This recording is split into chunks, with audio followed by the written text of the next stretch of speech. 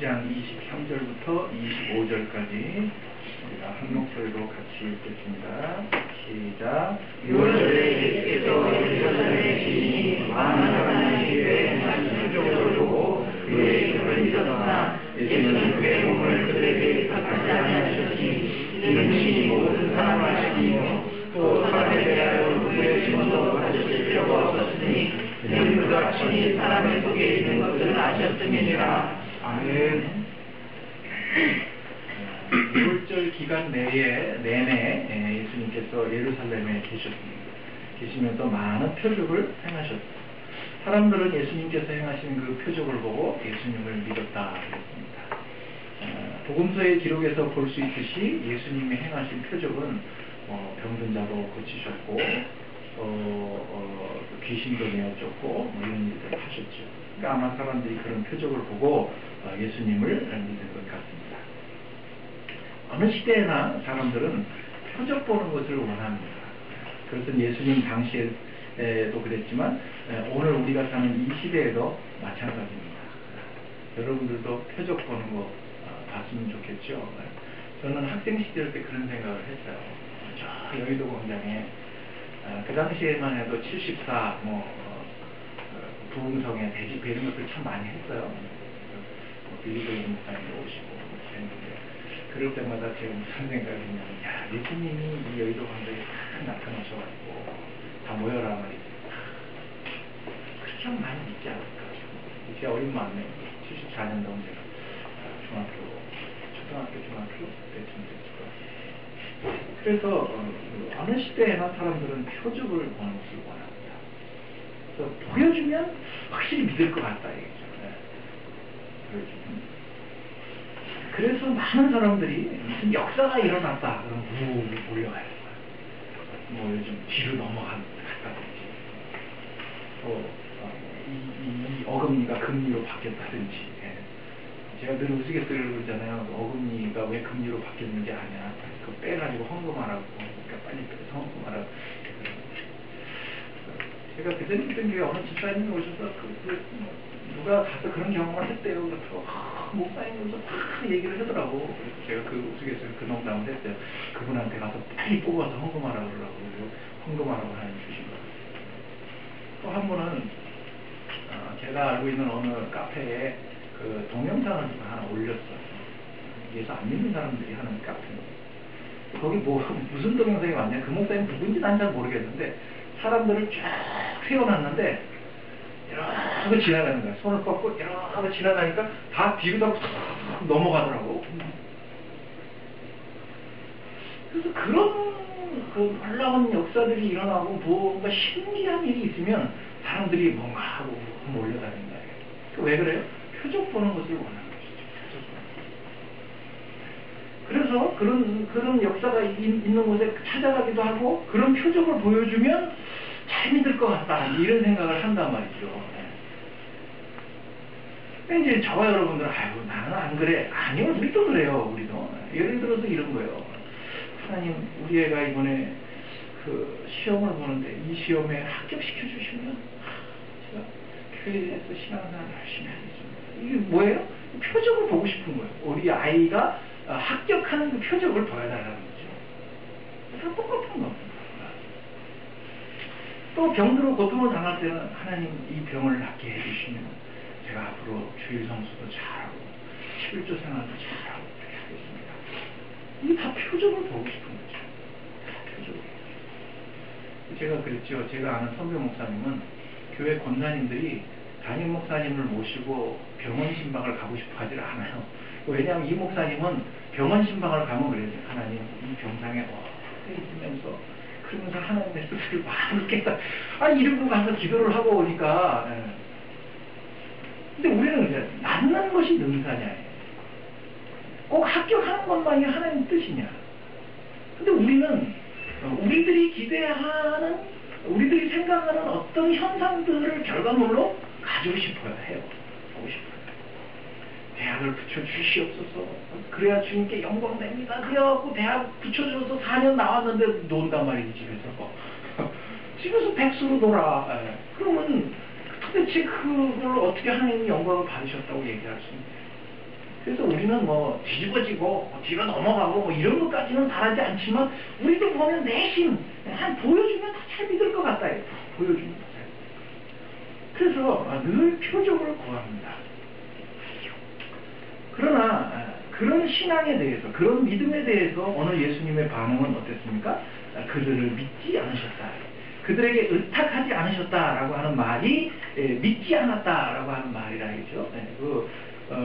사람들이 23절에 그의 이름을 믿었으나 라고 하는 말과 의탁하지 않았다라고 하는 말이 똑같은 말이에요. 근데 번역만 그렇게 해놓은 거예요. 그러니까 그들이 예수를 믿는 그 믿음을 보시고 예수님이 그들의 그 믿음을 믿지 않으셨다. 그거 다 가짜다. 진짜 믿음이 아니다. 그렇게 말씀하셨다는 것입니다. 오늘날 많은 사람들이 예수를 믿는다, 예수를 따른다 그렇게 고백을 합니다. 저와 여러분들도 그래서 지금 여기 와 있죠.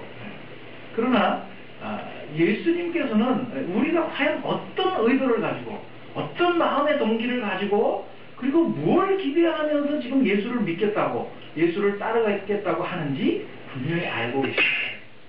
안다 이거죠. 그래서 주님은 우리에게 속지 않아요. 우리를 신뢰하시지 않습니다. 표적이라고 하는 것은 지난 시간에도 말씀드렸지만 그 표적 자체에 초점이 있는 것이 아니라 그랬죠. 견월망지 그랬잖아요. 표적 자체가 초점이 아니고 그 표적을 통해서 말하고 싶은 또 다른 진짜 초점과 핵심이 따로 있다 이거예요. 그래서 그게 표적이라 이거죠. 그런데 사람들은 병 고치고 귀신 쫓고 하는 이런 놀라운 이적 자체에 주목을 함으로써 인해서 예수님께서 본래 그 표적을 행하시면서 의도하시는 바에 대해서는 관심이 없다. 관심이 없어요. 그리고는 그 표적이 얘기하는 초점에 관심이 없으니까 그 표적을 자기 임의로 해석하는 거예요.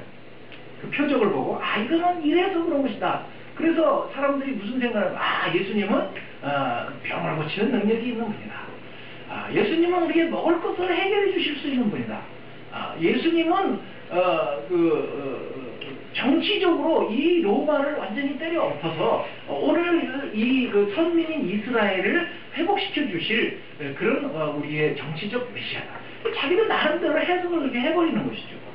오해가 생기는 거죠. 오해가.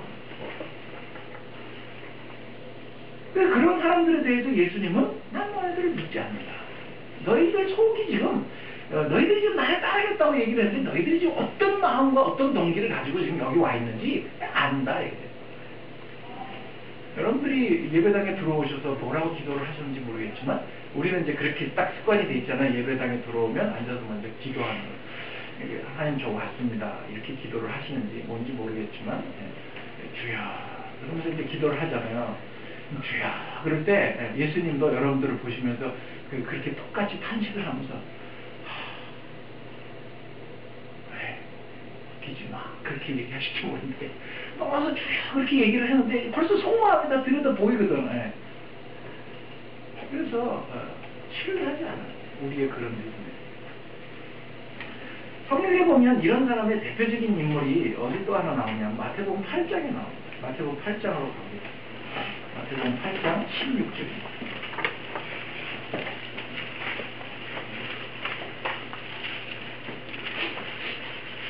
마태복음 8장 16절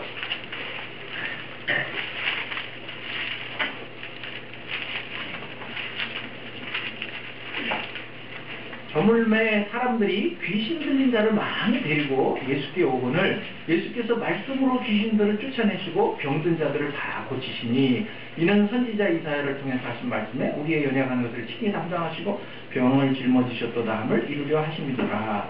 예수께서 무리가 자기를 에워싸는 것을 보시고 건너편으로 가기를 명하셨다. 사람들이 표적을 보고 몰려왔어요. 근데 예수님은 거기에 대해서 어떻게 반응하셨어요? 난 너희들 믿지 않는다. 이게 제자들도 위험한 거예요. 그러니까 야 빨리 저 건너편으로 가자. 그래서 그 무리를 피하시는 거죠. 피하시는 거예요. 근데 오늘날은 오히려 어떻게 해요? 군중몰이를 하죠. 야 여기 주의 종이 있다. 여기 능력의 종이 있습니다. 요즘은 그래도 그런 게 많이 줄었는데 옛날에는 그 전까지 엄청 많이 나와요. 뭐 신유의 능력, 무슨 능력 그래가지고 무슨 뭐 불의 종, 불의 종이 도대체 무슨 뭐 용처럼 용갈이 뭐냐 입에서 불이 나온다는 얘기인지 뭐 불에 비었던 화상을 입은 목사라는 얘기 뭐였지만 아무튼 불의 종 그래가지고 하여튼 많이 나왔어요. 그래서 뭘 하느냐 군중몰이를 해요. 예수는 그렇게 하시지 않으셨어요. 오히려 자기를 옹립하는 사람들을 피해서 떠나가셨다. 이 사람들도 그렇게 우르르 몰려서 왔어요. 근데 19절에 보니까 한 서기관이 나와서 예수님께 뭐라고 얘기를 했냐면 선생님이 어디로 가시든지 저는 선생님을 따라가겠습니다. 그렇게 말한다. 이 서기관이라고 하는 사람이 어떤 직책인가 하면 본래는 이렇게 필사하던 사람이에요. 인쇄술이 발달하지 않았을 때니까 성경을 다 이렇게 받아서 옮겨 적어요. 그래서 이렇게 옮겨 적는 일을 했었던 사람인데 자꾸 옮겨 적다 보니까 어떻게 돼요? 많이 알잖아요.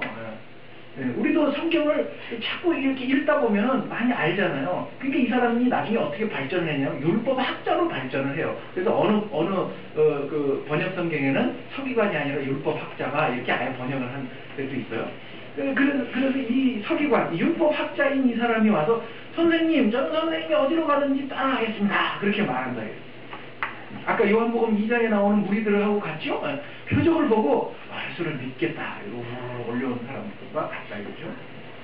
그런데 여기 따라가겠습니다 할 때 이 헬라어 단어가 그냥 예수님 따라가겠습니다 하는 그런 말이 아니고 아주 단호한 결단. 제가 정말 평생 일생 이렇게 어떤 단호한 의지와 결단을 담은 그런 표현이에요.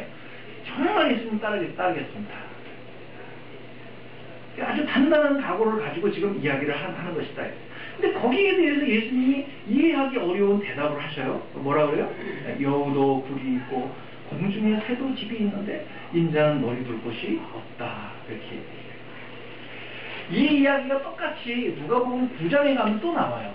그러니까 이제 복음서가 이제 서로 다른 의도를 가지고 썼기 때문에 이야기들을 자기 의도로 이렇게 편집을 해서 조금씩 이제 이렇게 위치가 다른데 이게 이야기가 누가복음 9장에 나옵니다. 근데 이 누가복음 9장에는 어떻게 표현되어 있느냐 하면 예수님께서 길을 가실 때에 이런 일이 벌어졌다 그래요. 길을 가실 때. 근데 그 길이 무슨 길이냐 하면 누가복음 9장 51절에 보면 예수께서 승천하실 기약이 다가오매 예루살렘을 향하여 올라가시기로 굳게 결심하시고 올라가시는 길에 이 사건이 벌어지는 거예요. 그러니까 예수님이 승천하실 기약이 차간다. 예수 그리스도가 십자가에 못 박혀 죽으시고 부활하시고 승천하시잖아요. 그러니까 승천하실 기약, 구속을 완성하실 그 날이 가까워온 것을 보시고 그 구속의 일을 이루시기 위해서 지금 예루살렘으로 뭐하러 가시는 거예요? 십자가 지러 올라가시는 길에 이 일이 벌어지는 거예요. 누가복음 문맥에 보면. 그런데 그 길이 누가복음 9장 22절에 보면 어떤 길이냐? 많은 고난을 받고 장로들과 대제사장들과 서기관들에게 버림받아 죽임을 당하러 가는 길이라 그랬어요. 그러니까 이 서기관은 지금 예수님이 어떤 길을 가고 있는지도 모르면서 단순히 그 눈앞에 펼쳐지는 표정만을 보고 이야 이거다. 예수님 내가 당신을 따르겠습니다. 그렇게 이야기한 것이다. 거기에 대해서 예수님은 여우도 굴이 있고 공중에 새도 집이 있지만 인자는 머리 둘 곳이 없다. 그렇게 말씀하셨어요. 무슨 뜻이겠어요? 금방 우리가 국어를 다 대학까지 공부한 사람이니까 알겠죠. 이 사람아 내가 지금 나를 따르겠다고 그렇게 말하는데 내가 지금 가고 있는 길이 어떤 길인지나 알면서 지금 날 따르겠다고 그러느냐 이거죠. 여러분 예수를 믿는다고 그러는데 예수를 믿는다는 게 도대체 뭔지는 알고 지금 예수를 믿는다고 말씀하십니까? 이렇게 이야기하는 것과 똑같다 이거죠. 나를 따르는 길은 이 세상에 속한 권세나 명예나 재물, 부귀, 영화 이런 것들을 얻을 수 있는 길이 아니에요. 나를 따르는 길은 지금 우리 식으로 얘기를 하면 머리 뚫 곳조차 없다 그랬으니까 햇빵도 하나 없어. 저녁이 되면 여우도 새들도 하루 일과를 들여나가서 뛰다가 들어가는 자기들 나름대로의 그 보금자리가 있는데 나는 그런 것조차도 없다. 춘천에 또 아파트를 엄청 짓는다고 엊그제 신문에 났더라고요. 뭐 수도권이 다 됐네 어쩌네 그래갖고 그게 내 집은 뭐 하냐고 내 집은 없는데 없다 이게. 나를 따르는 길은 머리 둘 곳조차도 없는 그런 길이다. 근데도 네가 나를 따르겠다고 그러느냐. 근데 이 이야기의 그 좀 앞에 문맥을 보면 누가복음 9장 46절에서 무슨 일이 또 벌어지느냐 하면 제자들끼리 이 예루살렘을 향해서 올라가는 길에 이 일이 벌어지기 바로 직전에 제자들끼리 싸움이 나요. 다툼이 벌어집니다. 왜 다툼이 벌어지느냐 하면 제자 중에서 누가 크냐 하고 싸우는 거예요. 누가 크냐. 그러니까 무리들만이 아니고 예수님의 제자들까지도 아직까지 예수님이 예루살렘으로 올라가시는 그 길이 어떤 길인지를 정확히 모르는 거예요. 뭐 때문에 예루살렘을 가는지. 그러니까 예루살렘을 향해서 가기는 가는데 예루살렘에 가서 자기들이 기대하는 어떤 일을 할 거라고 생각을 하는 거예요. 그 일이 어떤 일이에요? 로마를 정복시키고 정치적이고 군사적인 메시아로서 이제 드디어 왕권을 잡으실 정권을 잡으실 것이다. 이런 기대를 한 거예요. 그러니까 정권을 잡으면 어찌할꼬? 야, 그래도 정권을 잡으면 우리 교회가 권사가 둘이고 안수집사가 셋인데 그러면 5명을 그래도 목사님이 측근으로 이렇게 쓰시지 않을까. 나름대로 이제 그런 생각을 한 거지 자기네들끼리. 그러니까 이제 다른 그 서리 집사가 그랬겠지. 당신이 안수 집사라고 당신 목사님한테 밥 몇 번 탔어. 이제 이러면서 싸우는 거야. 목사님하고 나하고는 친분 관계가 몇 년이나 됐는 줄 알아? 그러면서 싸우는 거야. 그러니까 예수님이 가시는 그 길이 어떤 길인지를 몰랐어요. 요한복음 2장 22절 우리 보면 바로 앞에서도 예수님이 성전 파괴하는 이야기를 하시고 난 다음에 그 죽은 자 가운데서 다시 살아나신 후에야 제자들이 이 말씀하신 것을 기억하고 믿었다 그랬어요. 그러니까 그 당시에도 제자들은 몰랐던 거죠. 그리고 예수님이 돌아가시고 다시 부활하시고 그리고 승천하시면서 성령 강림하고 성령이 임하시고 난 다음에야 예수님이 하신 모든 일들을 그때 가서 하나하나 기억하면서 아 이게 그런 뜻이었구나. 그때 가서 비로소 알게 됐다는 거예요. 그 예수님이 뭐라 했죠? 내가 가면 성령이 오는데 그 성령이 와서 너희들로 하여금 알게 한다. 깨닫게 한다. 이렇게 말씀했어요. 그러니까 그전엔 제자들도 모르는 거예요. 근데 자꾸 엉뚱한 생각을 하고 있는 거죠. 누구든지 예수를 믿고 내가 예수를 위해서 살겠다. 내가 예수님을 일평생 믿겠다. 이렇게 다짐하고 결심하고 다 하잖아요. 여러분들도 다 했잖아요. 또 안 하고 여기 와 계신 분 있어요? 나는 예수를 믿겠습니다. 일평생 내가 예수를 위해서 살겠습니다. 그런 다짐이나 결단들을 다 합니다. 그리고 나는 예수를 따라가겠다. 나는 주님을 위해서 살겠다. 혹은 주님을 위해서 뭔가 하겠다라고 결심하고 결단하고 그렇게 고백하는 그 순간만큼은 다 진실해요. 진실해. 그걸 뻥으로 하는 사람이 누구 있겠냐고. 누가 시키는 것도 아닌데. 다 진실해요. 세상 등지고 십자가 보니 주만 위하여 살겠네. 주만 따르네. 주만 따르네. 찬송가를 부르면서 다 한 번쯤 다 그렇게 결심하고 결단하고 고백을 하는 때가 있었고 이 서기관도 예수님이 어디로 가든지 내가 따라가겠습니다 할 때 이 서기관의 고백도 뻥이 아니라고 단호하게 결단을 가지고 하겠습니다 따르겠습니다 하고 그렇게 진실한 고백을 했던 것이라 진심이에요. 거짓이 아니래요. 거짓이 아니래요.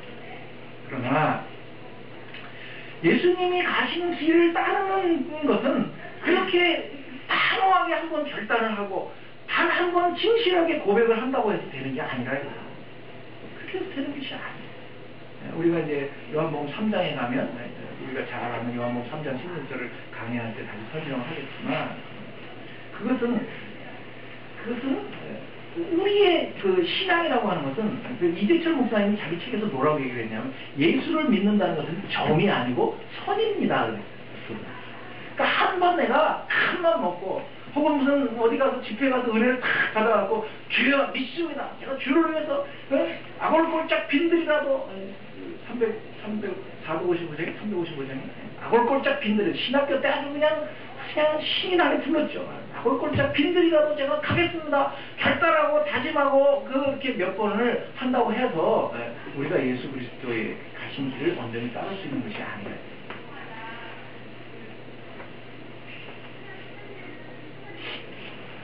하고 나서는 이 사람에게 예수님이 말씀하셨어요. 이건 오늘 우리에게도 똑같이 하시는 말씀이에요.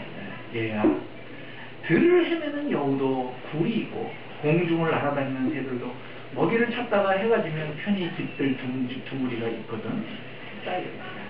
그러나 나는 그런 굴도 없고 그렇게 깃들어 잠시 편히 쉴 안식처도 없다. 그게 바로 나의 삶이다. 그런데도 내가 나를 따르겠다고? 그런데도 나를 따르겠다고? 죽는 길이에요. 죽는 길. 자기를 끊임없이 부정하면서 자기라고 하는 것, 나라고 하는 것 자체가 없는 사람이에요. 예수 그리스도가 가신 삶이 그랬죠? 나는 와서 내 임의로 한 것이 없다. 아버지께서 말하라고 하는 대로 하고 아버지께서 시키는 대로 하고 하는 것이지 나는 임의로 한 것이 없다. 그런 삶이에요. 그러니까 완전히 자기가 배제되어진 삶이에요. 근데 그런 길인데도 나를 따르겠느냐 이거죠. 예수 믿는 길이 그런 길이에요, 여러분. 요한복음 6장에 오병이어 사건이 일어납니다. 오병이어 사건이 일어나고 사람들이 예수를 막 옹립해서 야, 이런 분이 우리 임금님이 되시면 식량난은 확실히 해결되는 거 아니에요, 그죠? 확실히 해결되는 것입니다. 그래서 왕으로 삼으려고 했어요. 근데 예수님이 그 이야기를 구약의 만나의 이야기하고 같이 엮어서 이야기를 하시고 자기 그 몸을 이야기하시면서 생명의 떡에 관한 가르침을 쭉 거기서 베푸시거든요. 그러니까 사람들이 그냥 가만히 듣고 있다. 뭐 이렇게 어렵나? 뭐 이렇게 어려워? 맨 처음 시작할 때는 예수 믿고 아멘. 당신은 오늘 죽어도 천국 갑니다. 할렐루야. 당신은 하나님 백성 됐습니다. 해서 참 쉬웠는데. 그래서 나 이제 죽어서 이제 천국 가는구나. 보험 하나 딱 들어놨다고 생각을 했는데 교회에 와서 신앙생활 하는데 무슨 목사가 태어나서 무슨 얘기인지 어려워. 어렵다고. 어려우니까 그 다음에는 어떻게 해요? 귀를 막아버리는 거예요. 그리고 뭐만 붙들어요? 예수 믿으면 구원받는다. 그거만 붙들어요. 구원의 확신, 이거만 붙드는 거예요. 의심은 마귀가 가져다 주는 거야. 의심하면 꽉 믿어야 돼. 그거 하나만 붙들고 그것이 마치 신앙의 전부이냐. 왜 그래요? 어렵다 이래. 어렵다. 생각하기 싫고 복잡해. 어렵다. 그래서 사람들이 다 떠나가는 거예요. 다 떠나가는 거예요. 야, 이거 너무 어렵다. 제 얘기가 아니야. 요한복음 6장에서 하는 얘기예요. 이거 누가 들을 수 있나? 이렇게 어려워가지고. 그러고서 다 떠나는 거예요. 그러니까 예수님이 제자들에게 야, 니네들도 갈래? 그러죠? 그러니까 예수님의 제자들이 생명의 말씀이 여기 계시는데 우리가 어디로 갑니까? 당신이 생명의 말씀입니다. 그거 붙어있는 거예요. 그거 붙어있으면 사는 거고 떠나면 죽는 거죠. 오늘날 그 교회 교인들의 수평이동이 심각합니다. 그러니까 새로 예수를 믿고 새신자가 되는 경우는 요즘은 진짜 뭐 가뭄에 콩나듯이 그렇고 거의 대부분 수평이동이에요. 저희 교회도 지금 거의 100% 수평이동이죠. 뭐. 여기 교회 와서 새신자 된 사람이 누가 있어요? 다 100% 수평이동이죠. 근데 그 수평이동을 하는 이유가 뭔가 하면 진짜 말씀이 갈급해서 이렇게 이동하는 분들도 있지만 대부분 내 마음에 안 맞으니까 가는 거예요. 내 마음에 안 맞아요. 교회 하는 게. 목사가 하는 것도 내 마음에 안 들고 교회가 하는 것도 내 마음에 안 들어요. 그래서 수평이동을 하는 거예요. 어렵다 이래. 부담을 주고 자기의 자존심을 건들고 상처를 주면 가차없이 기도 안 들어보고 교회가 뭐 여기밖에 없나? 그러고 가버리는 거예요. 여러분 그래서 오셨다 그러면 다시 돌아가세요. 그 교회. 그래서 그 상처를 그 자체에서 치유를 하셔야 돼요. 여기 오면 상처가 없나요? 여기도 상처 있죠. 요즘 제가 가만히 보니까 이제 그 식사 준비를 하면서 이제 슬슬 말들이 나와요. 이제 여러분들이 없는 안테나가요, 담임 목사님 있어요. 그래갖고, 여기 다 걸린다고, 이 레이더에 딱 다 걸려. 여러분이 와이파이 수준이면 난 레이더 수준이야. 이렇게 탁탁 걸린다. 좀 반찬하고 식사를 하면서 이제 슬슬 말들이 좀 나오시는 것 같은데, 제가 그랬잖아요. 언제든지 회수한다고. 제가 지난주에 제 아내한테 그랬어요. 뭐 식사도 한번 할 준비하고 계시고, 제가 그랬어요.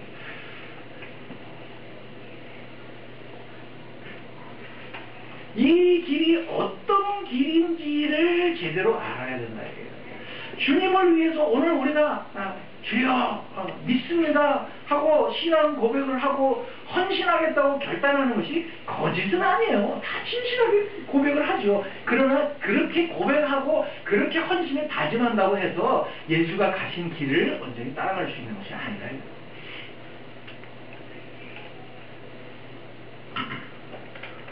그것보다도 그렇게 주여하고 신앙을 고백하고 헌신을 결단하는 어떤 단호한 우리의 의지의 표현, 제가 주를 따르겠습니다 라고 하는 그런 단호한 결단의 의지를 표현하기 이전에 앞서서 우리들이 먼저 생각해야 될 것이 뭐냐 하면, 도대체 이게 어떤 길이냐.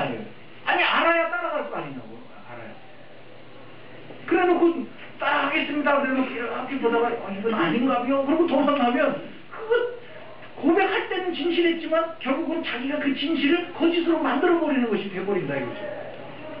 그래서 진실한 고백도 중요하지만 진실한 고백 이전에 과연 이 길이 어떤 길이냐, 내가 따라갈 만한 길인가 하는 것들을 여러분들이 잘 심사숙고하고 그리고 결정을 해서 따라가도 가다 보면 이게 힘들고 가다 보면 이게 아닌가 싶고 가다 보면 이게 내가 왜 이 길을 왔나 싶고 그럴 텐데, 이게 무슨 엉벙덩벙 표적 자체가 뭐 야 이거 대단하네, 이거 뭐 저것만 따라다니면 먹을 거 하는 해결 되겠네 이러고 엉벙덩벙 따라갔다가는 다 도망가는 거죠. 그래서 예수님이 십자가를 지실 때는 아무도 없었어요. 다 도망가 버리는 거예요. 우리도 마찬가지입니다. 다 도망가 버려요. 눈에 보이는 표정만을 보고 우리들 나름대로 이럴 것이다 라고 그렇게 생각하면 안 된다 이거예요. 저 표정이 지금 뭘 얘기하고 싶은 거냐, 저 표정을 보여주시는 의도가 뭐냐 라고 하는 것들을 알고 제대로 파악해서 그것에 대해서 내가 갈만한가, 내가 정말 그래도 저분을 신뢰하고 따라갈 것인가, 또 따라갈 수 있을까, 이런 것들을 다 생각하고 그러면서 결단을 해야 되는 것이지, 그저 믿습니다 아멘 그래 놓고 그때부터 이제 이렇게 쫄랑쫄랑 따라가다 보니까 옆구리도 찌르고 발길질도 따라오고, 그러니까 야 이거 내가 잘못 따라왔는가요? 그러고 주저앉으면 내가 맨 처음에 했던 그 결단과 고백조차도 내 스스로 헛되고 허망한 거짓으로 만들어버리는 것이 되는 것이죠. 마태복음 11장에 보면 예수님보다 앞서서 세상에 와서 예수님을 소개하던 세례요한도 예수님에 대한 의심이 있었어요. 우리는 의심이 없었을 거라고 생각하잖아요. 근데 세례요한도 예수님에 대해서 의심을 한 거예요. 아니 옥에 갇혔는데 제자들에게 이제 그리스도가 어떤 일을 하시는가에 대한 보고를 이제 옥 중에서 계속 들었어요. 들었는데 이게 보니까 이게 자기가 기대하는 거하고요 아닌 거예요. 예수님이 하시는 일이.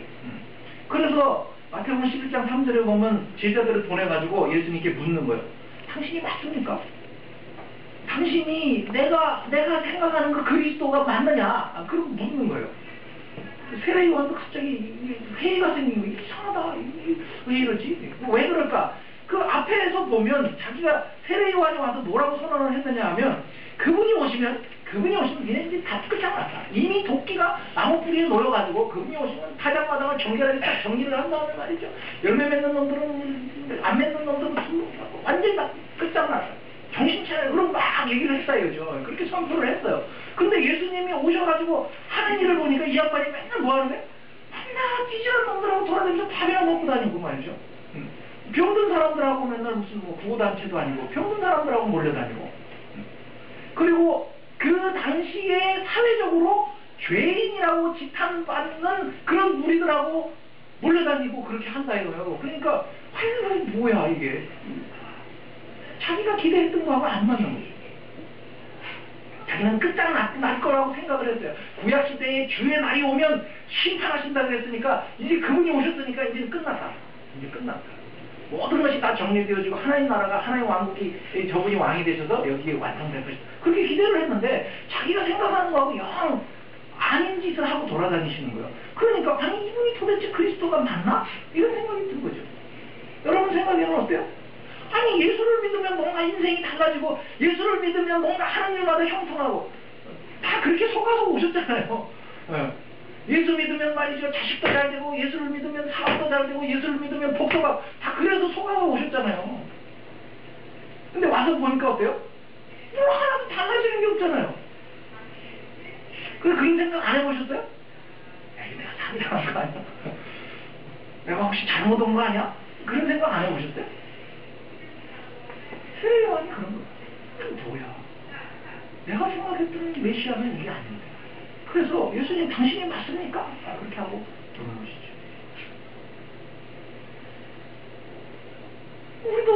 우리 생각에도 야, 예수를 믿는다는 게 뭐지? 이런 생각을 한번 안 해보셨어요? 해보세요. 예수를 안 믿었을 때와 예수를 믿었을 때 여러분 뭐가 다른 게 있어요? 아니 오히려 예수를 안 믿었을 때는 내 마음대로 하면서 살았잖아요. 내 마음대로. 얼마나 자유로웠어요? 근데 이 예수를 믿고 난 다음에 말도 함부로 못해, 그죠? 말도 함부로 못하잖아요. 행동도 내 마음대로 못해. 그냥 한잔 하는 것도 이것도 못하잖아. 이것도 몰래 해야 되고 못하잖아. 행동에 제약이 따라오고 말이죠. 더군다나 어디 가서 예수 믿는다는 명찰 딱 달고 나가면 세상 사람들이 오히려 이렇게 내려다보잖아요. 저거는 아무렇게나 해도 돼. 예수 믿는 것들은 그럼 우습게도 깔고 그렇게 하면 그러니까 이제 명찰 숨기고 싶고 예수 믿는다는 소리 어디 가서 들통 날까봐 겁나고 어디 가서 집사님 소리 나올까봐 겁나죠.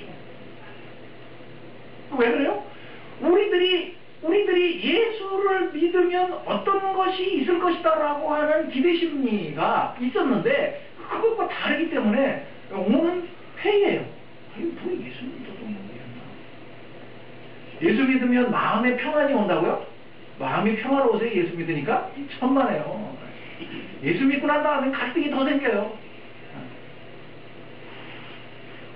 제가 그저께 그랬어요. 요즘 그 학생애들이 왕따 당해갖고 자살하고 이렇게 천놈들은 잡아다가 말이지 구약시대 율법대로 눈에는 눈 이에는 이처럼 말이지 잡아다 놓고 왕따 자기네들이 왕따 시킨 것처럼 똑같이 아마 괴롭히면 지들도 이게 이렇게 고통스러워 그렇게 갈까? 제가 그랬어요.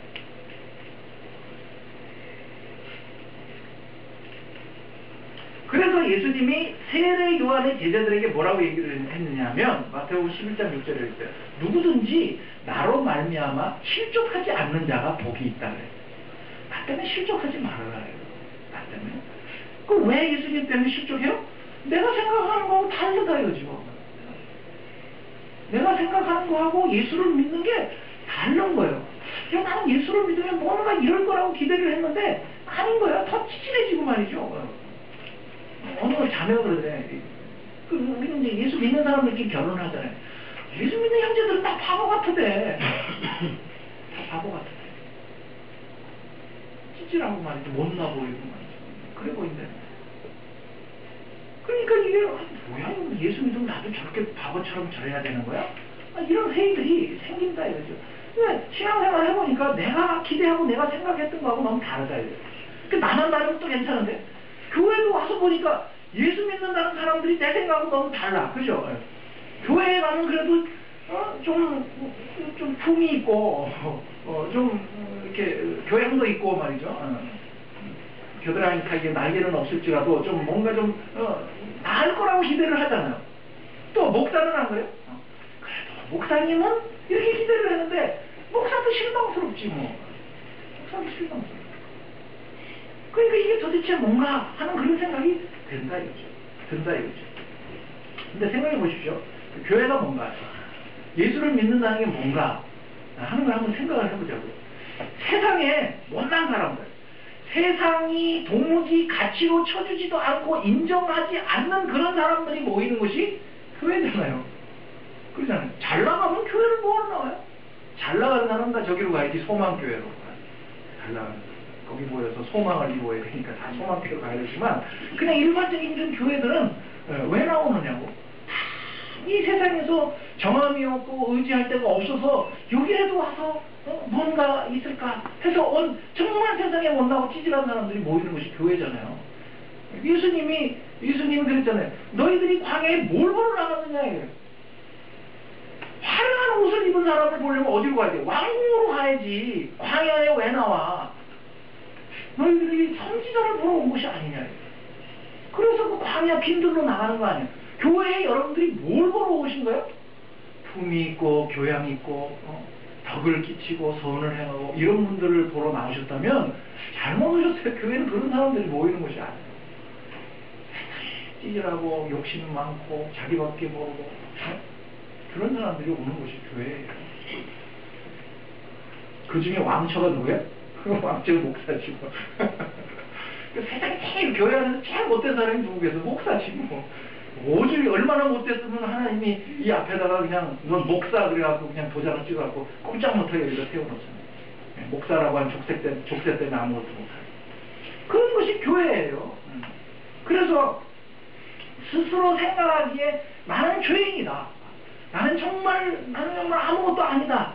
라고 하는 것으로 자기 스스로를 규정하고 그리고 자기 자신에게서는 아무런 희망을 찾을 수가 없어서 내가 아닌 다른 어떤 내 밖에 있는 다른 어떤 것으로 희망과 소망을 찾기 위해서 그 다른 어떤 것이 예수인 줄 알고 찾아 들어오는 것이 바로 교회라죠. 그런 사람들이 모여있는 교회에 와서 뭘 기대를 해요? 그러니까 교회에서 제가 그러잖아요. 상처받지 마세요. 다 그런 사람들끼리 모여있는데 뭐 상처를 받아요. 오히려 그런 모습들을 보면서 나를 보는 거예요. 야, 나도 저렇게 입에서 칼이 나가서 사람들을 저렇게 찔렀구나. 그러니까 어떻게 해야 돼? 여기 짚어 달아서 닫아야 돼. 그렇게 하면 자기를 제어하고 자기를 고쳐나가는 것이 교회예요. 생각을 해보세요. 품이 있고 교양이 있고 잘 나가면 나 같은 사람하고 놀겠어요? 저기 어디 사무실에 가서 놀지. 예수를 믿는다는 것, 하나님의 자녀가 된다는 것, 하나님 나라의 백성이 돼서 천국에 간다는 것이 다 뭘 말하는 건지를 잘 모르는 거예요. 그러고는 뭐만 거예요? 표면적으로 나타나는 것만 보는 거예요. 그래서 표적만 구하는 거예요. 표적이 뭘 가르치고 싶고 표적의 초점과 핵심이 뭔지를 모르는 거예요. 여러분, 예수를 믿는다는 게 뭐예요? 예수를 믿는다는 건 예수 따라간다는 거잖아요. 예수 따라간다는 거. 예수를 따라간다는 건 예수가 가신 그 발자취, 예수의 가르침 이런 것들을 추종하고 쫓아가는 건 예수를 따라간다는 것이고 예수를 믿는다는 거 아니에요. 예수가 어떻게 사셨어요? 그분은 이 세상에서 아무것도 남기지 않고 사셨어요.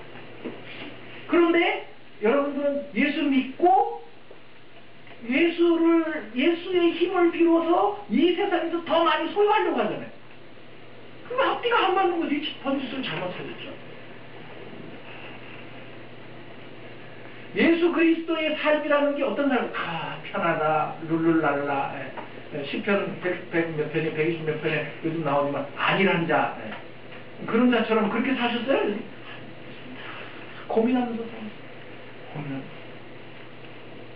근데 여러분 교회 오면 마음의 평안도 주시고 그냥 무사한이라고 아무 탈도 없고 그냥 그런 삶을 원하잖아요. 아니에요. 그냥 고민하는 삶이에요. 예수를 믿는다는 삶은 이 땅에 와서 고민하는 삶, 애통하는 삶이고 가난해지는 삶이고. 그럼 예수 믿습니다 그렇게 하면서 예수가 가신 길을 따라가지 않으면 예수 믿는 게 아니죠. 또 하나님의 자녀가 된다는 건 뭐예요? 하나님의 자녀가 된다는 것은 아버지이신 하나님을 닮아가는 거예요. 닮아가는 거예요.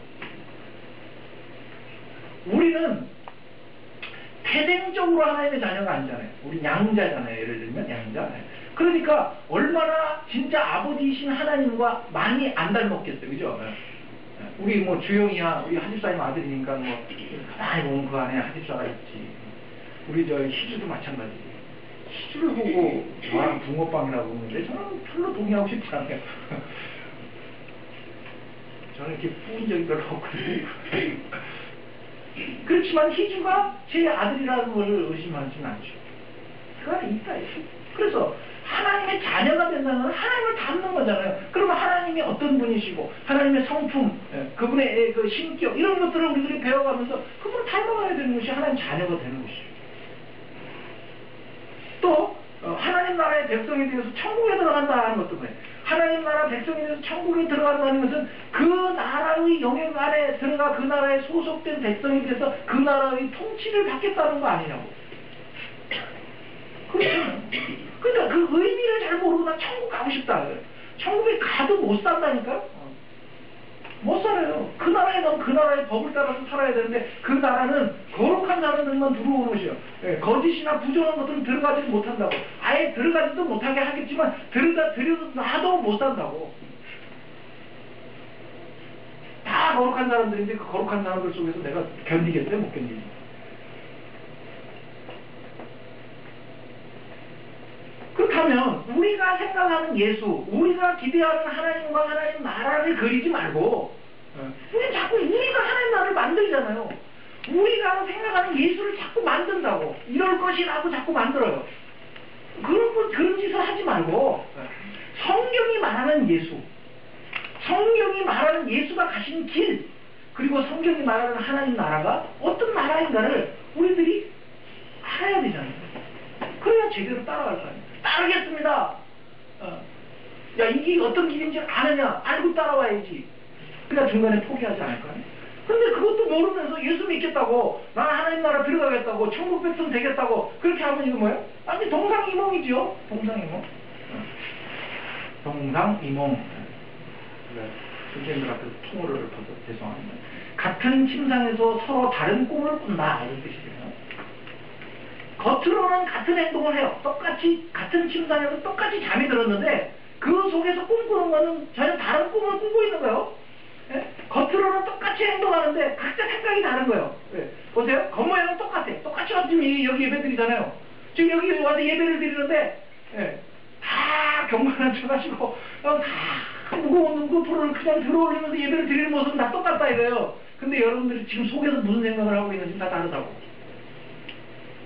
저 왼수 좀 짧게 하지 이렇게 생각을 하는지 아니면 정말 가슴을 치면서 야 내가 진짜 예수를 믿는다고 그랬는데 그게 뭔지도 모르고 내가 그냥 무조건 따라간다고 그런 건 아니다. 또 깨닫는 사람이 있는 겁니다.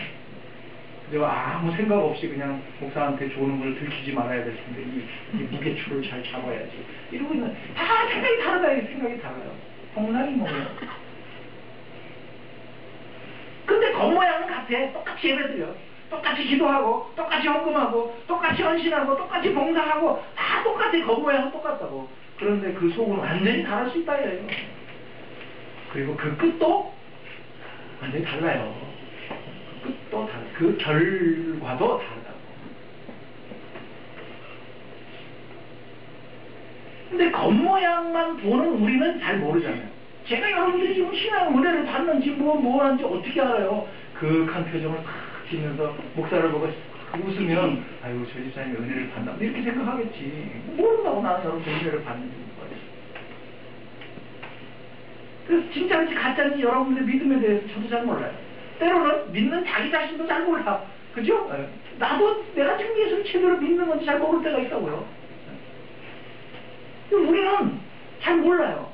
그런데다가 우리는 우리의 믿음이 진짜인지 가짜인지 확인하려고도 안 해. 확인하려고 하지 않아요. 여러분 그거 고민하고 있어요. 내가 진짜 예수를 믿는 건가? 내가 정말 제대로 예수님 가신 길을 따라가고 있는 건가? 생각해 보시죠. 진짜인지 가짜인지? 진짜인지 가짜인지 확인하고 생각하려고 하지 않을 뿐만 아니라 오히려 자꾸만 진짜라고. 내 믿음은 진짜라고. 그러면서 자기 스스로를 자꾸 속여요. 이건 가짜일 거라고 생각하는 건 이건 사탄이 가져다 주는 거기 때문에 아니야 난 진짜야. 그러면서 그 자기 체면을 거는 거죠. 그게 그릇된 자기 확신이고 그것을 구원의 확신이라고 오해했던 거예요.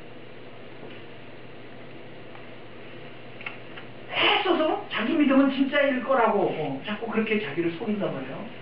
그렇게 한다고 해서 가짜 믿음이 진짜 믿음이 되는 건 아니죠. 저 뒤에 보면 그 가짜인가 진짜인가라고 하는 책인데 화물 독서기 하는 책인데. 근데 우리는 모르잖아요. 우리는 몰라요. 그리고 알려고도 하지도 않고 또 애써서 당신들일 거라고 자꾸 왜 지옥 가기 싫으니까 자꾸 애써서 내가 스스로 진짜인 것처럼 자꾸 나를 최면을 거는데 그러나 주님은 아신다예요. 우리의 믿음이 진짜인지 가짜인지 그분은 아셔요. 그래서 예수님은 자기를 믿겠다고 결단하고 결심하고 따라오는 무리들을 믿지 않으셨어요. 믿지 않아요. 의탁하지 않는다.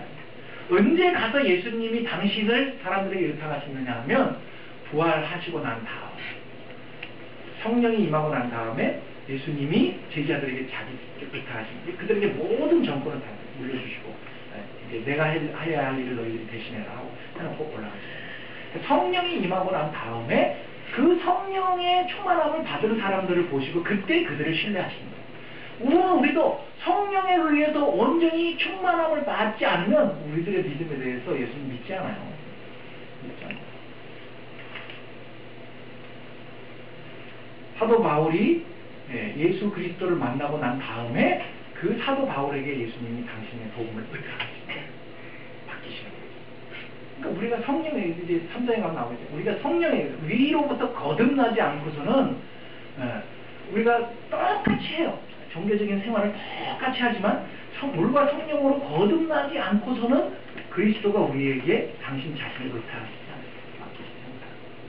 그러니까 물과 성령으로 거듭났는가를 진짜인가를 살펴야 된다. 이제 3장에 가서 얘기하겠습니다. 앞에서 서기관의 이야기를 할 때, 아까 마태복음 8장에서 서기관의 이야기를 할 때, 아까는 누가복음의 문맥을 봤는데, 마태복음의 문맥에 보면, 마태복음 8장에 그 서기관이 내가 주님을 따르겠습니다 하는 그 얘기가 나오는 문맥 앞에 7장 마지막에 가서 무슨 얘기가 나오냐면, 예수님의 산상수훈 마지막 부분이 나와요. 마태복음 5장, 6장, 7장이 산상수훈인데 7장의 맨 마지막 부분이 나오는데 7장 8절에 이런 얘기가 나와요. 마태복음 7장 8절에, 7장 18절에 좋은 나무가 나쁜 열매를 맺을 수가 없고 못된 나무가 아름다운 열매를 맺을 수가 없다. 아름다운 열매를 맺지 않는 나무는 찍혀서 불에 던져진다. 그러므로 열매로 그들의 정체를 안다. 열매로 그들을 알리라. 열매로. 그리고 그 아래에 계속해서 뭐라고 얘기를 했냐면 7장 21절에 나더러 주여 주여 하는 자마다 다 천국에 들어가는 것이 아니고 다만 하늘에 계신 내 아버지의 뜻대로 행하는 자라야 들어가리라. 아주 유명한 이 말씀이 나와요. 주여 제가 주님을 따르겠습니다. 저들이 그 표적을 보고 예수의 이름을 믿었더라. 이 얘기죠. 주여 주여 하고 따라다닌 거예요. 따라다닌 거예요. 근데 그 길이 어떤 길인지를 모르고 따라다닌 거예요. 그래서 주여 주여 그러면서 따라다닌다고 해서 다 천국에 들어가는 게 아니에요. 여러분 신앙을 점검해 보셔야 돼요. 주여 하잖아요. 여러분들 다 주여 하지 뭐 여기 와서 죽여 그러는 사람이 누가 있어요? 다 주여 하죠. 네. 그런다고 해서 천국에 들어가는 것이 아니에요. 또 그 밑에 보면 주여 주여 하면서 뭐해? 선지자 노릇도 하고 귀신도 쫓아내고 이런 큰 일을 한다고 해서 천국에 들어가는 거 아니에요. 교회에 와서 뭐 식사를 한번 열심히 하고 교회에 와서 수천만 원씩 성전 처소를 위해서 헌금하고 그런다고 해서 천국에 들어가는 거 아니에요. 그건 천국 들어가는 거랑 상관없어요. 그런 것들이 우리의 신앙이 진짜라고 하는 것을 증명해 주는 것이 아니에요. 그러면 뭘 가지고 도대체 내가 진짜라고 하는 것을 확인하느냐? 열매를 가지고 알아야 된다 그랬고 그 뒤에 뭐라 그랬냐면 하늘에 계신 내 아버지의 뜻대로 행하는 자라야 천국에 들어간다 이거예요. 하나님이 우리들에게 의도하시고 뜻하시는 바가 뭐예요? 거룩한 백성이 되는 거예요. 나를 닮은 백성, 예수 그리스도를 샘플로 보내주시면서 예수가 가신 그 길, 예수가 사는 삶 이런 것들을 보고 따라가는 거죠. 그게 다 뭘로 나오는 거예요? 성령의 열매로 나오는 거예요. 그 성령의 열매는 다 뭐라고 말씀드렸어요? 성품적이라고 그랬잖아요. 인격적인 거예요. 얼마나 대단한 일을 했느냐가 아니라 나라고 하는 존재가 인격적인 존재로 변하는 거예요. 사랑을 결실해내고 오래 참는 것을 결실해내고 절제하는 것을 결실해내는 존재로 내가 바뀌는 것. 그래서 그 열매를 통해서 나의 존재가 확인이 돼야 된다 이거예요. 그러니까 교회에 와서 얼마나 대단한 일을 했느냐로는 확인이 안 돼요.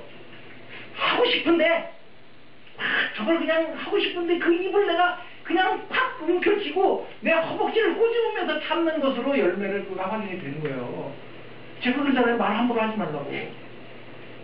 그런 것들이 우리의 진짜인가 가짜인가를 증명해내는 보다 확실한 열매의 증거라고요.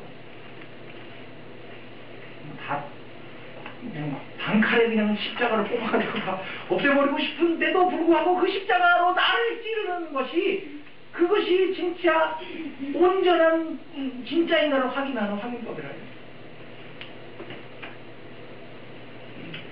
그래서 교회에 와서 억누르고 교회니까 하잖아요. 어디 가서 그렇게 하겠어요. 여러분도 집에 가서 그럴 필요 없어요. 집에 가면 정지를 안 되면 다 하면 되지 뭐. 누가 뭐라 그래? 집에서 내 왕인데. 근데 교회는 못 하잖아요. 그걸. 왜 교회는 다 거룩한 물이라 그러고. 그러니까 그걸 안 그러고 참 그 분량을 하는 것이죠.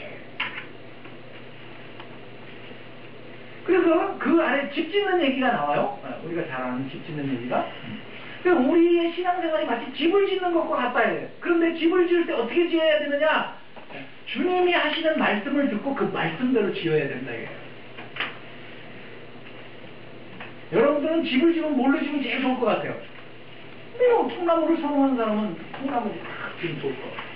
또 콘크리트로 지금 빌딩을 올리고 싶은 사람도 있고, 난 그러면 난 단층집이 좋아. 그래서 단층으로 하다 각자 자기의 개성, 자기의 기호에 따라서 집을 짓겠죠. 그러나 성경이 말할 때 우리 신앙생활을 하면서 자기 기호에 맞춰서 신앙생활을 하면 안 된다요. 자기 기호에 맞춰서 나는 이게 좋아. 나는 교회 일에 관여하는 게 싫어. 그러니까 그냥 큰 교회 가서 뒤에 앉아서 예배만 딱 드리고 빠져나가고 품위 있게. 그럼 성도가 11조 그렇다고 안 하는 거 아니야? 해. 감사합니다 하고 다 해. 자기 기호에 맞게 신앙생활을 하는 것이 중요한 것이 아니야. 그거 아무 의미가 없어요. 어떻게 주님이 말씀하시는 대로 그 말씀대로 집을 지어야 된다 이거예요. 주님이 말씀하시는 대로. 그리고 그 말씀대로 하지 않는 것은 다 뭐예요? 불법이에요. 불법. 법에 걸려요. 그래서 신앙생활을 나 하고 싶은 대로 하시면 안 돼요. 그건 신앙생활이 아니에요. 신앙생활이라고 하는 것 자체가 이제부터 내 마음대로 안 하겠습니다 라고 하는 것이 신앙생활의 시작이에요. 예수님은 그랬잖아요. 아무든지 내 제자가 되려면 자기를 부인하고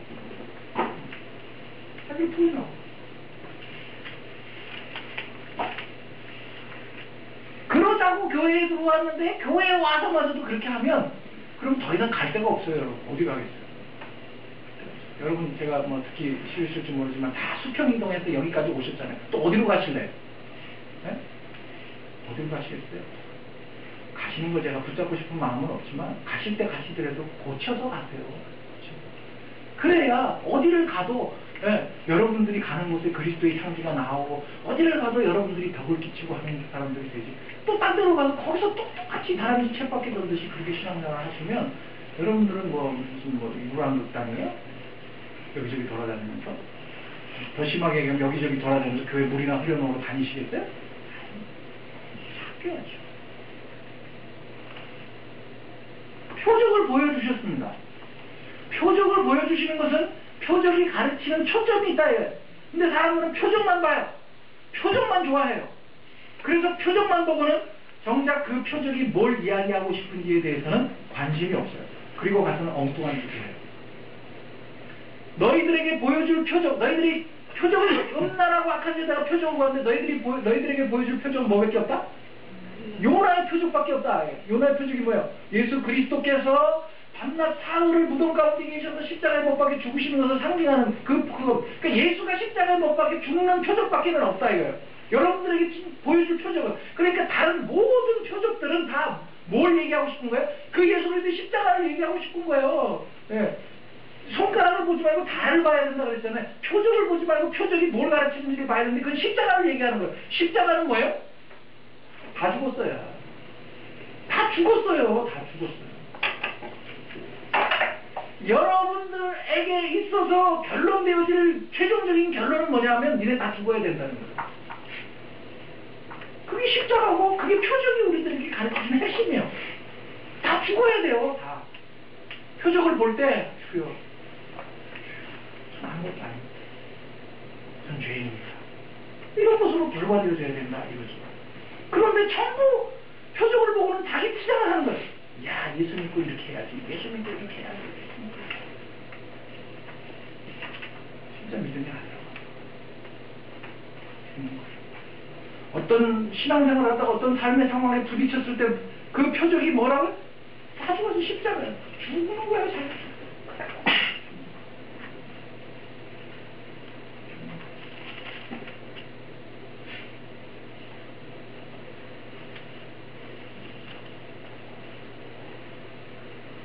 예수를 믿는다고 하는데 전혀 기독교가 아니에요. 네. 오늘날 한국 기독교는 다 예수를 믿는다고 얘기를 하고 교회라고 얘기를 하는데 다 기독교가 아니에요. 주여 주여 하고 부르짖기는 하는데 전부 다 자기가 주인이에요. 다 자기가 주인이라고. 하나님 나라를 바라본다고 하는데 하나님이 가르치는 하나님의 나라에는 관심이 없고 전부 자기들 좋은 자기들 나라를 만들어 놓고 다 하나님 나라래. 그게 하나님 나라래. 그리고는 신앙생활 한다고 얘기한다고. 안 속아요. 주님은 안 속는다고. 여러분은 여러분 스스로에게 속아서 난 이 정도는 그래도 신앙생활 그래도 뭐 잘하지 못한다 그래도 이 정도는 되지 뭐. 안 속는다고. 여러분은 여러분 스스로를 속일 수 있을지 몰라도 하나님은 안 속는다고. 주님은 그런 우리들을 향해서 뭐라고 했냐. 불법을 행하는 자들아 난 니네들 모른다. 그렇게 얘기하신다. 얼마나 어처구니가 없어요. 신앙생활 한다고 했고 기독교 테두리 안에 있다고 했고 주를 따른다고 따랐는데 난 모른다는 거예요. 얼마나 억울해요. 그 예수님 안 믿었으면 가서 내 맘대로나 하면서 시컷 말이죠. 먹고 싶은 거 맘대로 먹고 하고 싶은 거 맘대로 하면서 살았을 텐데 그것도 못해가면서 이 길인가 그러고 따라왔는데 결국 가보니까 넌 난 모른다 그렇게 얘기를 하면 얼마나 억울해요.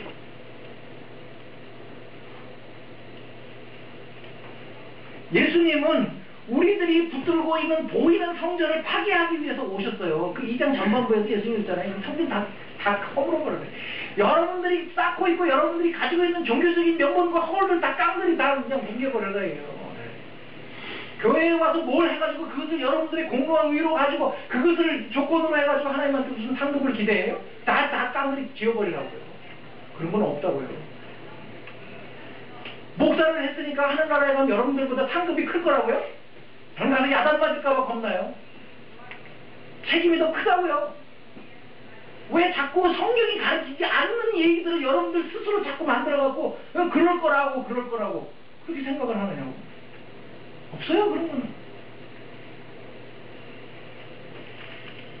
우리들이 붙들고 있는 종교적인 명분, 허울적인 신앙생활, 방향을 잃어버린 열심과 열정 이런 것들을 다 파괴해버려야 다 허물어버려야 돼.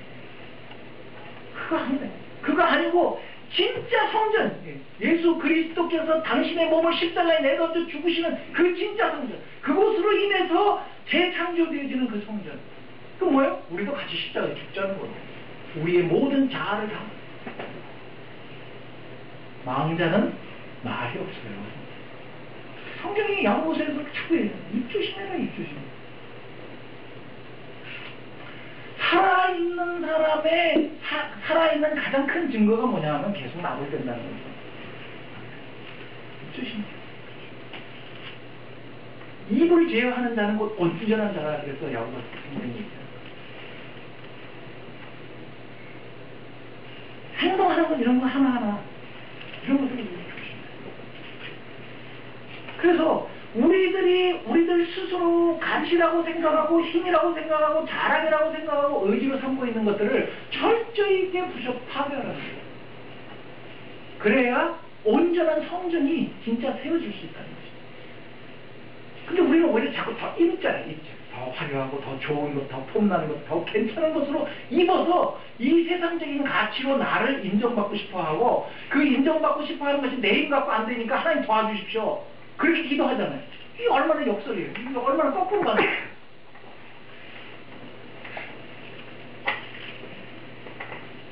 거짓 거짓된 신자들은 끊임없이 표적을 구하지만 예수님을 바로 아는 참 신자는 그 예수 그리스도 안에서 내가 얼마나 철저하고 무능한 죄인인가라고 하는 것을 보는 거예요. 그 표적이 뭘 이야기하는, 십자가를 말하는 것이고 십자가는 결국 나를 보고 죽으라고 이야기하는 것이라는 것을 그가 아는 거예요. 그래서 우리들이 예수님을 만난 사람들 가운데 신실한 사람들의 동일한 고백이 뭐였어요? 주여, 나는 죄인입니다. 나는 죄인입니다. 우리가 요즘 성전에 올라가는 순례자의 노래를 듣지만 순례자가 구하는 게 뭐예요? 하나님 은혜를 베풀어 주십시오. 하나님 자비를 베풀어 주십시오. 하나님이 우리를 나를 불쌍히 여기시지 않으면 나는 오늘 말씀, 오늘 시편 말씀에서 뭐라고 그랬어요? 네. 어떤 사람이 복 있는 사람이라고? 여호와를 경외하면서 그 길을 따라 걷는 자가 복 있는 자라고. 아니 행복의 비결을 가르쳐줘도 죽었다고 안 하면 어떡해요? 하나님요. 그리고는 자꾸 행복을 엉뚱한 데서 꿈꾸고 있는 거예요. 왜? 표적은 왜 표적? 야 이거 대단한 거 이거 좀 해줬으면 좋겠다. 없어.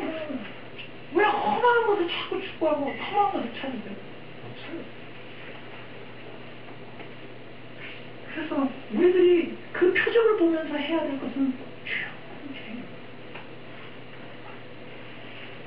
그래서 그렇게 자기 자신에 대한 모든 기대를 버리고 자기를 부인하고 자기를 철저하게 십자가에 못 박아 죽임으로써 자기 자신에 대한 모든 신뢰와 자기 자신에 대한 관심과 자기 자신에 대한 확신을 다 버리는 거예요. 이게 무슨 비관적인 삶을 살라는 얘기가 아니에요. 오해하지 마세요. 허무하고 회의적인 삶을 살라는 것이 아니에요. 자기의 의와 자기의 공로를 버리고 하나님만을, 나의 창조주이신 하나님만을 절대적으로 의지하고 의존하면서 살라는 거예요. 성경은 허무주의를 가르칩니다. 그래서 그렇게 자기를 버리고 오직 예수 그리스도만 따라가는 사람을 예수님은 내 제자라고 이야기하는 거예요. 여러분은 예수를 믿으면서 과연 뭘 보고 계십니까? 뭘 보고 싶어요? 그리고 예수를 믿어서 뭘 보고 싶으신가요? 예수로 인해서 나에게 주어질 어떤 보상을 기대하고 있어요? 이 땅에서 보상은 없어요. 그럼 보상이 뭐예요? 예수 믿으면 그럼 결과물이 뭡니까? 아무것도 아니면 도대체 뭡니까? 여러분 진리가 뭔지를 알겠죠? 여러분들이 이 세상이 다가 아니고 해 아래에 있는 세상이 아니라 해 위에 있는 또 다른 세상이 있고 영혼이라고 하는 것이 있고 영혼은 순례자의 나름의 길이요 훈련하는 훈련의 도장이고 여기서 잘 연단받고 여기서 훈련받아서 그래서 우리들이 장차 영원한 하나님과 동행한 영생의 삶을 사는 것이다 하는 것들을 우리들이 알게 돼. 그것이 가치이고 그것이 우리들에게 주어진 보상이에요. 그거 말하면 돼. 예수 그리스도를 주셨는데 뭘 더 바라느냐. 예수님 그리스도 하나님 그렇게 말씀하셨어요. 그게 보상이에요. 그 가치를 아는 사람은 이 세상의 것들에 대해서 미래를 주지 않아. 이거 아무것도 아니에요. 근데 그 가치를 아직도 모르니까 자꾸 표적.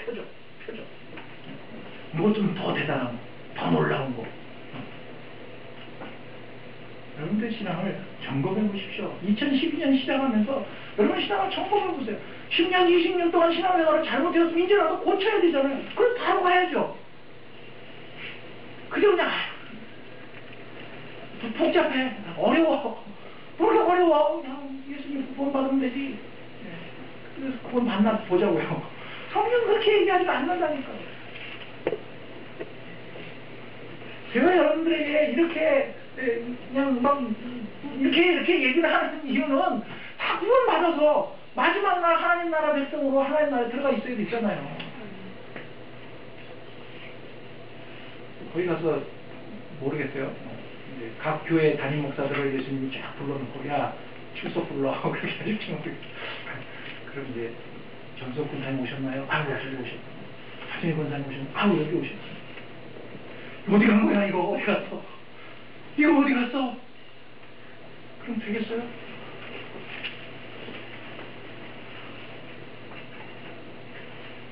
오로지 예수가 가신 길, 십자가를 지고 자기를 희생시켜서 철저하게 하나님께 순종하셨던 그 길을 알아야.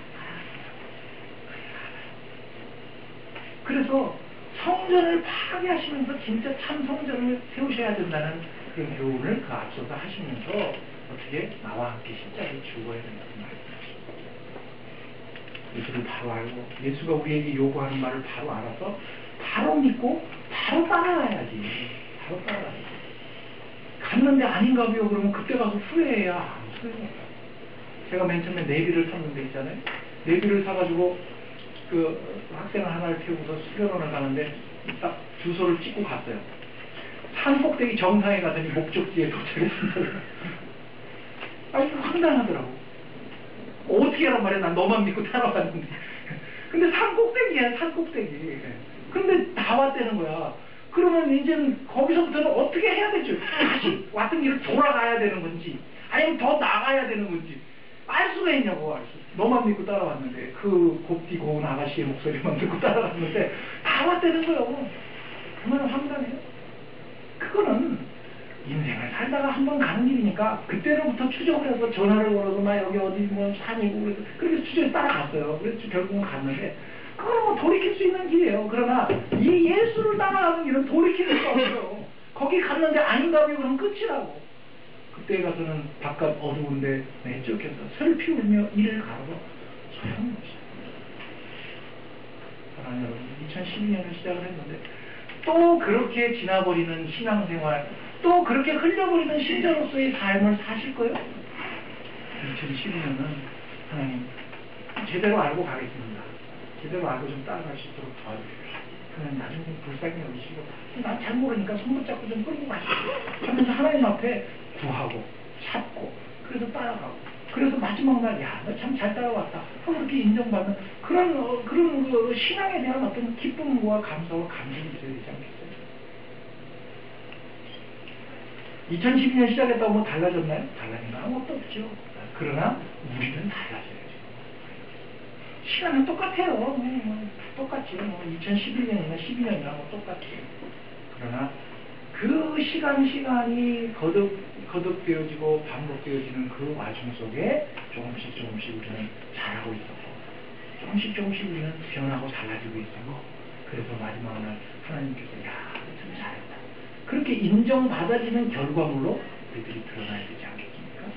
그 결과를 만들기 위해서 가는 2012년의 과정인 줄 알고 순례자답게 주님의 길을 올곧게 잘 믿고 따라가는 저에게 될 수 있기를 바랍니다. 기도하겠습니다. 하나님 아버지, 그동안 표정만 봤습니다. 눈앞에 펼쳐지는 좋은 것들만 보고 싶어 했고 아버지 하나님께서 우리들에게 주시는 좋은 것들만 우리들은 갖고 싶어 했습니다. 그래서 우리의 신앙도 어느 순간인가 변색돼 버린 것은 아니었지. 예수를 믿는 게 뭔지도 잘 모른 채 예수 믿겠다고 했고 하나님 나라가 어떤 나라인지도 모른 채 난 하나님 나라 들어가겠다고 그렇게 큰 소리만 치고 있었던 것은 아닌지 우리의 신앙을 다시 한번 되새기고 돌아보는 저희들이 될 수 있도록 은혜를 베풀어 주십시오. 눈을 뜨게 해 주십시오. 영적인 감각을 가질 수 있도록 도와주십시오. 그래서 호언하고 장담하기에 앞서서 예수를 따라가는 길이 어떤 길인지를 잘 더듬어 말씀을 통해서 살펴서 아 주님 이런 길이라고 제가 가고 싶습니다. 이런 길을 저 혼자 갈 수 없으니 주님 나를 도와주십시오. 주님이 나를 붙들고 끌고 가시면 제가 어디든지 따라가겠습니다. 그렇게 새롭게 그 길을 알고 그리스도를 아는 지식의 기초 위에서 저희들이 신앙을 새롭게 결단하고 다짐하는 그런 2012년이 되도록 은혜를 베풀어 주시옵소서.